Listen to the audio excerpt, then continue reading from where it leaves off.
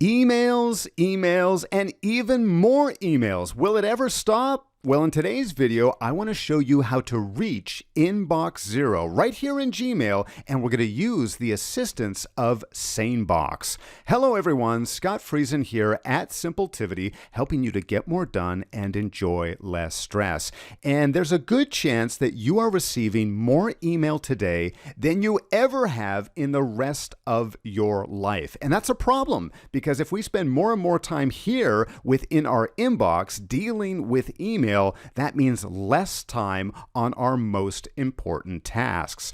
So one of the first things that I tell my clients to do is follow the principles called inbox zero. Now, don't let the name fool you. The goal is not necessarily to keep your inbox at zero, because you are receiving email 24/7.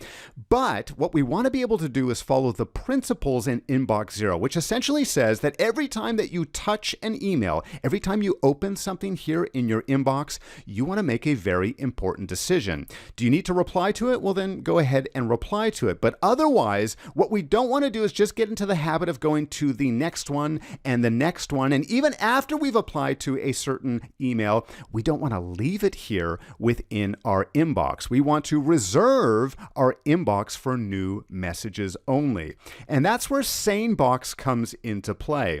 Now, here on the left-hand side of my screen, you can see that I have several SaneBox labels, and these are very, very important. I'm going to get to three of the most important ones for reaching inbox zero in just a moment.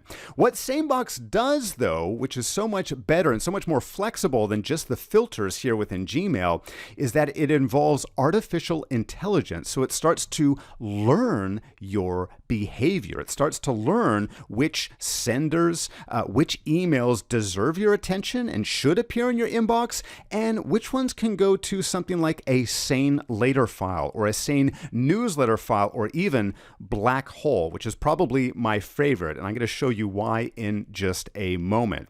So here I've got a small selection of emails, and I want to be able to get through these emails so that I can get to that next meeting or get to the other tasks on my to-do list.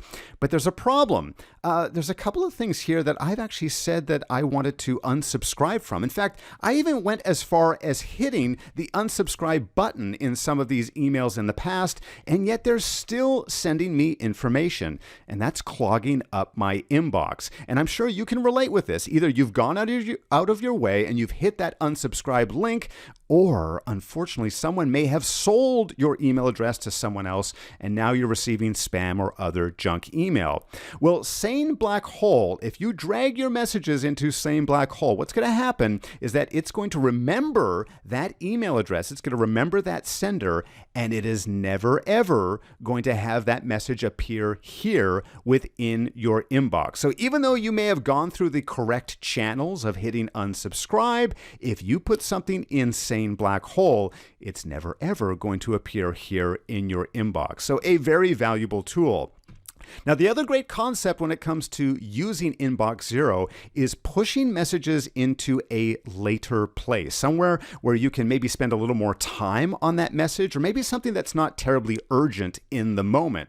So if I go here and let's say I click open this sample email here, and I say to myself, you know what, I do need to deal with this, or I do need to respond to it, but it's not urgent. I'd like to deal with this a little later. Now, you may be familiar with the snooze function here within Gmail, and snooze can be a useful tool, right? I can say, well, snooze this till later today, or maybe snooze it till next week. However, what I find is that many of us start to abuse the snooze feature. Yeah, abuse the snooze. And what happens is that we start snoozing a large number of emails, and then what happens? Well, tomorrow morning at 8 a.m. or whatever your default times are here, let's say later today at 6 p.m., suddenly you get an onslaught of new messages, right? You get 25 messages that you had snoozed over the last 24 hours, and now your inbox has doubled or grown by that much more. Well, that's where Sane Later comes into play, because instead of just snoozing it to a particular time, what you can do is send that message into Sane Later and then deal with it on your own time. Maybe you've got a few extra minutes an hour from now. Well, that's great. Just click on Sane Later and you can deal with your messages here. Want to wait until at the end of the week? That's fine. Click on Sane Later and you can deal with those messages at that time as well. So like I said before, snooze can be good. However, I find too many of us are starting to abuse that feature. It's actually making our inboxes fuller rather than slimmer or thinner. Sane Later is a great way to keep things nice and condensed here within our inbox. And then the last one here I want to point out here is Sane News, as in Sane Newsletters, where you can start to put in those newsletters that maybe you do want to read. You do find value in them. But why would you want that newsletter to show up here in your inbox? Ideally, you only want your important messages to show up here, and you can come here into Sane Newsletter and start to read those newsletters when you like, whether that's the weekend, the evening, when you've got a few spare moments at the end of the day, you can click on this. And the great thing with all of these Sane folders is it starts to learn how you behave. It starts to learn how you work within your email. So once you drag one or two over into Sane News, it's going to start to learn that, and future ones will show up in that folder. Now, if you want even greater control, you can actually go to the SaneBox dashboard, and here you can have a number of additional features and even tweak your settings. Now, one of the features that I love about this is that, again, it starts to learn what is going on in your inbox, and here I've got a few suggestions. So if I click on this suggestions here, it's taking a look at some of the messages that have been planted or have started their life in my inbox, but it's asking me, you left it there for a long time, or you didn't open it, or you deleted it right away. Should we be sending this to the black hole? And I can review the ones that they've suggested here, and I can say, actually, these two are notifications. I'd like those to stay, but yeah, this one, it's a newsletter. I don't want to see that anymore. I'm going to block that sender. So it can provide me those smart suggestions. But maybe my favorite tool here within the SaneBox dashboard is Do Not Disturb. And let me paint the example here for you. How often have you tried to stick to a routine of dealing with email just a few times a day, maybe 3 or 4 times a day?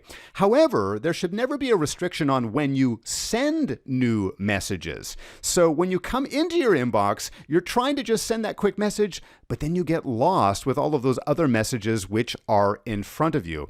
Well, that's where Do Not Disturb comes into play. You can hit the pause button on your inbox.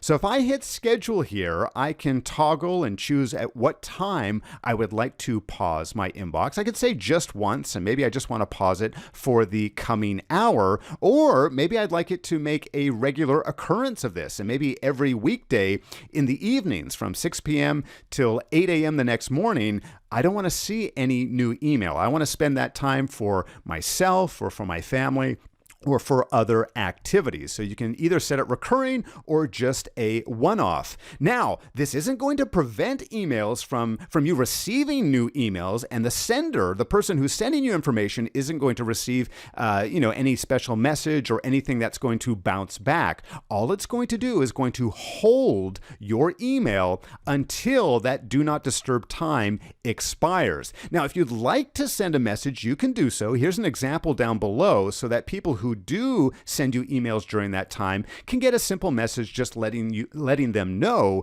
that you got the message and you will get back to them. But you can turn that off if you don't want to send out those replies as well. But this can be so effective to staying on top of your inbox and not being distracted by incoming email. You can hit pause from time to time so you can deal with that email when you like to.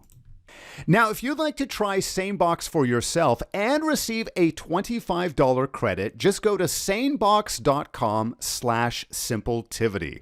Now, I'd love to hear from you. How do you go about keeping your inbox nice and clean? Be sure to leave your best tips and your comments down below. Thank you so much for watching, and remember, being productive does not need to be difficult. In fact, it's very simple.